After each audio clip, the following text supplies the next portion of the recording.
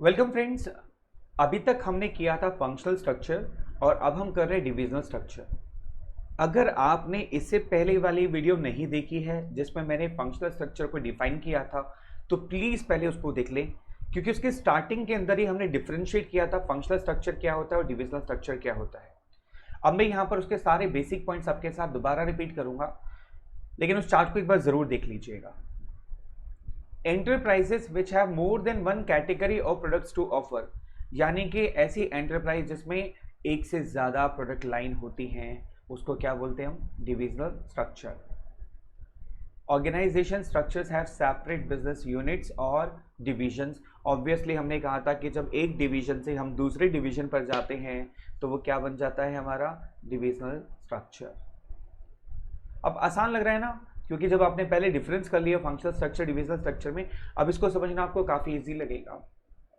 Each unit has A division manager. जैसे कि हमने कहा था गारमेंट्स का भी डिविजनल मैनेजर होगा और मेडिसिन का भी डिविजनल मैनेजर होगा। Each unit has A division manager responsible for the performance and who has authority over the unit. आपको याद होगा मैंने आपको बताया था कि जो डिवीजन मैनेजर होता है उसकी जिम्मेदारी होती है, ठीक है, और वो उसको संभालता भी है और उसके लिए जिम्मेदार भी होता है अपनी यूनिट के लिए, राइट।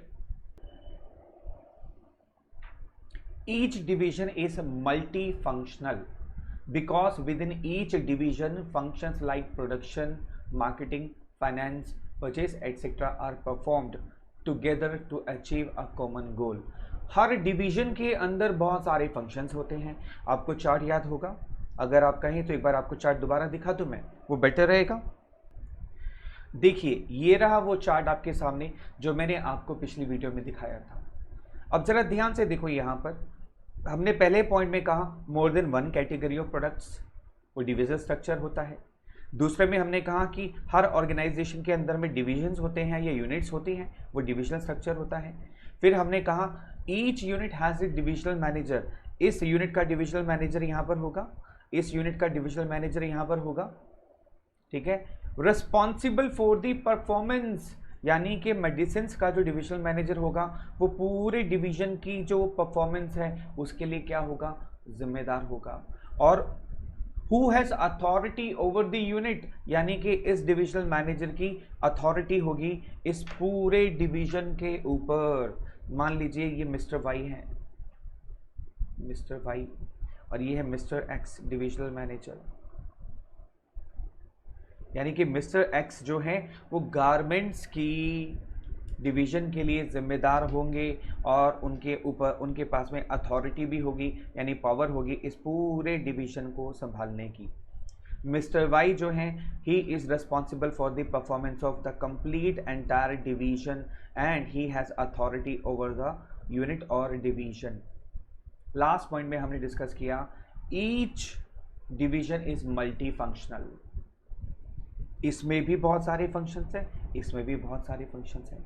मल्टी फंक्शनल उसी को बोलते हैं ना। Each division is multi functional because within each division functions like production, purchase all are performed. I think चारों पॉइंट क्लियर हो गए। बिल्कुल एब्सोल्युटली फैंटास्टिक, पक्का। चलिए अब वापस आते हैं अपनी नॉर्मल उस पर और आपको आगे प्रोसीड करते हैं, ठीक है।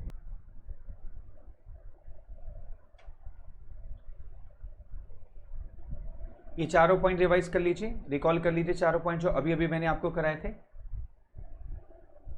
हो गए चारों पॉइंट? डिविजनल स्ट्रक्चर जिसे मैनेजिंग डायरेक्टर होता है, उसके नीचे एक हमने प्रोडक्ट लाइन ले ली कॉस्मेटिक्स की। अब कॉस्मेटिक्स के अंदर में प्रोडक्शन डिपार्टमेंट होगा, परचेज डिपार्टमेंट होगा, मार्केटिंग डिपार्टमेंट होगा, फाइनेंस डिपार्टमेंट होगा। और एक प्रोडक्ट लाइन है हमारी मेडिसिन की, उसके अंदर में भी production department, purchase, marketing, finance. फिर एक लाइन और गारमेंट्स की हमने प्रोडक्ट लाइन स्टार्ट कर ली, उसमें भी सारे के सारे मल्टी फंक्शनल्स होंगे। इसके अलावा हम और फुटवियर की भी एक प्रोडक्ट लाइन ले सकते हैं। यानी कि एक प्रोडक्ट लाइन से जैसे ही हम दूसरी प्रोडक्ट लाइन पर शिफ्ट करेंगे तो बेटा वो क्या बन जाएगा? Divisional structure. इसलिए इसको मल्टी फंक्शनल स्ट्रक्चर भी बोलते हैं, डिविजनल स्ट्रक्चर भी बोलते हैं। सिर्फ ध्यान रखना, एक प्रोडक्ट लाइन से फेडअप हुए और हम जैसे ही फेडअप होंगे दूसरी प्रोडक्ट लाइन में एंटर करेंगे तो वो क्या बन जाएगा बच्चे? Divisional structure. राइट। चलो अब देखते हैं एडवांटेजेस ऑफ डिविजनल स्ट्रक्चर क्या क्या होते हैं, क्या क्या फायदे होते हैं डिविजनल स्ट्रक्चर के। पहला फायदा होता है product specialization, gains experiences in all functions related to a product.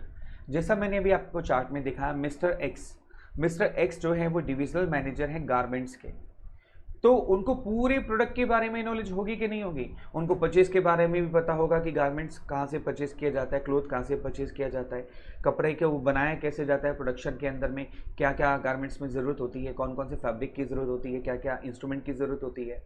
He must be having knowledge. इसके अलावा सेल्स कहाँ की जाती है, कैसे सेल की जाती है, किस प्राइस पर सेल की जाती है।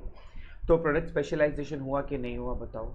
यानी कि डिविजनल स्ट्रक्चर में जो गारमेंट्स का डिविजनल मैनेजर है वो पूरे प्रोडक्ट को स्पेशलाइज करेगा और उसको पूरी नॉलेज होगी। ऐसे ही मिस्टर वाई को मेडिसिन के बारे में मालूम होगा, पहला फायदा। दूसरा फायदा होता है fixing up of responsibility in cases of poor performance of the division becomes easy. आपको याद होगा जब हम फंक्शनल स्ट्रक्चर की आपने वीडियो देखी होगी तो उसमें हमने कहा था कि कॉन्फ्लिक्ट अराइज होता है, रिस्पॉन्सिबिलिटी फिक्स करना काफ़ी मुश्किल हो जाता है, क्योंकि सेल्स वाला प्रोडक्शन पर ब्लेम लगाता है, प्रोडक्शन वाला परचेज पर। लेकिन डिविजनल स्ट्रक्चर में ऐसा नहीं हो सकता। क्यों नहीं हो सकता, अभी बताता हूँ मैं आपको। मान लो हमारी कंपनी है और उसमें दोनों डिवीजन है, गारमेंट्स का भी मेडिसिन का भी।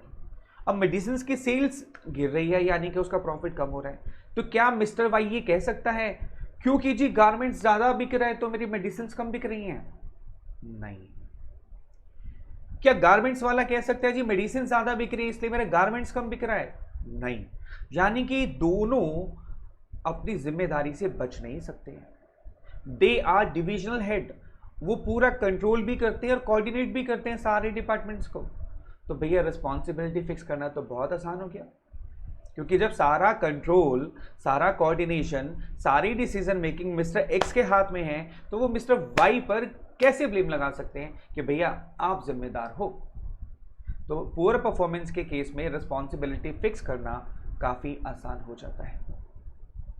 It promotes flexibility and faster decision making. Decision making बड़ी क्विक होती है। क्विक कैसे होगी? मिस्टर एक्स जो डिविजनल मैनेजर हैं उनके हाथ में सारा कंट्रोल है, वो किसी को भी कोई भी डिसीजन दे सकते हैं, कोई भी डिसीजन ले सकते हैं, किसी को कोई ऑर्डर दे सकते हैं। तो डिसीजन मेकिंग बहुत फास्टर होगी इस केस के अंदर में, तो कोई दिक्कत ही नहीं आ सकती है। ऐसे मिस्टर वाई जो हैं वो सारी रिस्पॉन्सिबिलिटी उनके हाथ में, सारा कंट्रोल उनके हाथ में है मेडिसिन के डिवीजन का, तो डिसीजन मेकिंग बहुत फास्टर हो जाती है इस केस के अंदर में। फायदे हैं ना। चौथा फायदा क्या है बेटा? चौथा फायदा इजी टू एक्सपेंड। ग्रो करना बहुत आसान हो जाता है। जैसे अभी मैंने आपको इस केस के अंदर में अभी जस्ट इससे पहले आपको एक चार्ट दिखाया था, ये वाला ध्यान से देखो जरा। इस चार्ट में क्या है, हमने कॉस्मेटिक्स का एक डिविजनल मैनेजर बनाया और मेडिसिन की लाइन में कूद गए। फिर मेडिसिन का जब हमारा काम अच्छा सेट हो गया, जब हमें लगा मेडिसिन में हमारा स्कोप अब काफ़ी हो चुका है, तो हमने मेडिसिन के डिविजनल मैनेजर को काम सौंपा और हम गारमेंट्स की लाइन में कूद गए। गारमेंट्स का जब हमारा काम धीरे धीरे बढ़ने लगा, जब गारमेंट्स का काम सेट हो गया, तो हमने गारमेंट्स के डिविजनल मैनेजर को सारी जिम्मेदारी दी और हम फुटवियर में कूद गए। तो एक्सपेंड करना आसान हुआ कि नहीं हुआ? बताइए हाँ या ना। इसका मतलब जब भी हम फेडअप हो जाते हैं तो हम क्या करते हैं, अगली प्रोडक्ट लाइन में कूद जाते हैं और डिविजन स्ट्रक्चर एक्सपेंड करते हैं। तो एक्सपेंड करना क्या हो जाता है, बहुत आसान। लेकिन कब होता है, जब हम क्या हो जाते हैं, फेडअप, थक जाते हैं एक प्रोडक्ट लाइन से। ठीक है, इसलिए यहाँ पर ध्यान रखना, I cannot keep calm, I am fed up. मैं शांति से नहीं बैठ सकता क्योंकि मैं फेडअप हो चुका हूँ। Fed up, advantages of divisional structure भी यही है बेटा, फेडअप। एफ से फास्टर डिसीजन मेकिंग, हाँ यस या नो, क्विक। मिस्टर एक्स अभी बोलेगा हाँ या ना, करना है कि नहीं करना, छुट्टी। ई से इजी टू एक्सपेंड। डी से decide responsibility when poor performance, यानी जब पुअर परफॉर्मेंस होती है तो रिस्पॉन्सिबिलिटी फिक्स करना आसान हो जाता है। यू से कोई वर्ड नहीं बनता बेटा, और पी से आता है प्रोडक्ट स्पेशलाइजेशन। हर प्रोडक्ट कहता है I am special, I am special, I am special. When an organization become fed up with same product, then go for divisional structure. Note कर ले भाई, अब तो स्माइल आ गई। डू स्मार्ट लाइफ याद आया? हाँ, फंक्शनल स्ट्रक्चर का क्या था, डू स्मार्ट और लाइफ, और डिविजनल स्ट्रक्चर का क्या है, फेड अप, फेड अप। अभी आगे भी चलते हैं, देखते हैं क्या होता है। इसके डिसएडवांटेजेस भी हैं बेटा, इसको नोट कर लिया आपने, गुड। अब चलते हैं आगे। Disadvantages of divisional structure, fight for allocation of funds between different divisions. हाँ, ये लड़ाई बड़ी होती है यार। मिस्टर एक्स कहेगा कि हमें खर्चे करो, हमारी एडवर्टीजमेंट करो। कंपनी तो एक ही है ना यार, कंपनी के पास पैसा तो भाई लिमिटेड ही होगा ना। एक्स कहता है जी गारमेंट्स के डिवीजन को प्रमोट करो, इसकी ऐड करो, ब्रांड एम्बेसडर बनाओ, मेरे एम्प्लॉयज को गाड़ियां दो, ऑफिस बनाओ। मिस्टर वाई कहेगा जी हमारा मेडिसिन का नया नया काम शुरू हुआ है तो ज्यादा पैसा यहां खर्च किया जाना चाहिए। क्योंकि दोनों डिविजनल मैनेजर को सिर्फ क्या है, अपनी पावर दिखानी है, अपने डिवीजन को चमकाना है, उनको कंपनी से मतलब नहीं है। वो तो ये कहते हैं हमारा जो डिवीजन है वो चमके, इसलिए सारा पैसा यहां पर खर्च किया जाना चाहिए। तो फाइट बहुत होती है यार फंड्स के लिए। दूसरा, इंक्रीजिंग कॉस्ट, क्योंकि डुप्लीकेशन ऑफ एक्टिविटीज होती है। जैसा कि हमने देखा, दो परचेज मैनेजर, दो सेल्स मैनेजर, 3 प्रोडक्ट लाइन है तो 3 परचेज मैनेजर, 3 सेल्स मैनेजर, और 5 है तो 5 सील्स मैनेजर, 5 परचेज मैनेजर। भाई आपकी डुप्लीकेशन ऑफ एक्टिविटीज बहुत होती है, जिससे कॉस्ट बढ़ जाती है। भाई क्या करेंगे, हमें सीआईडी को बुलाना पड़ेगा, भैया इन्वेस्टिगेट करो, क्या करें, रोज लड़ते मरते रहते हैं फंड्स के लिए, एक्टिविटीज डुप्लीकेट हो रही हैं तो सीआईडी को बुला करके चेकिंग कराओ। और क्या, manager may gain power and to show independence, ignore organizational interest. ये बहुत बार होता है, वो अपनी पावर शो करना चाहते हैं। मिस्टर एक्स शो करना चाहता है कि मैं गारमेंट्स बहुत अच्छा बेचता हूं और हमारी कंपनी गारमेंट्स की वजह से चल रही है। मिस्टर वाई ये शो करने की कोशिश करेंगे कि हमारी जो कंपनी वो मेडिसिन की वजह से चल रही है, सारा प्रॉफिट यहां से हो रहा है। वो अपनी पावर दिखाने के लिए भूल जाएंगे ऑर्गेनाइजेशन का क्या फायदा है, ऑर्गेनाइजेशन का इंटरेस्ट किस में है, दे जस्ट इग्नोर इट। इसलिए कह रहा हूं सीआईडी को बुलाना पड़ेगा चेक कराने के लिए कि फंड्स किसको एलोकेट किए जाएं, कौन बंदा है मिस्टर एक्स या मिस्टर वाई जो ऑर्गेनाइजेशनल इंटरेस्ट को इग्नोर मार रहा है, और किस तरह से डुप्लीकेशन ऑफ एक्टिविटीज को कम किया जा सकता है।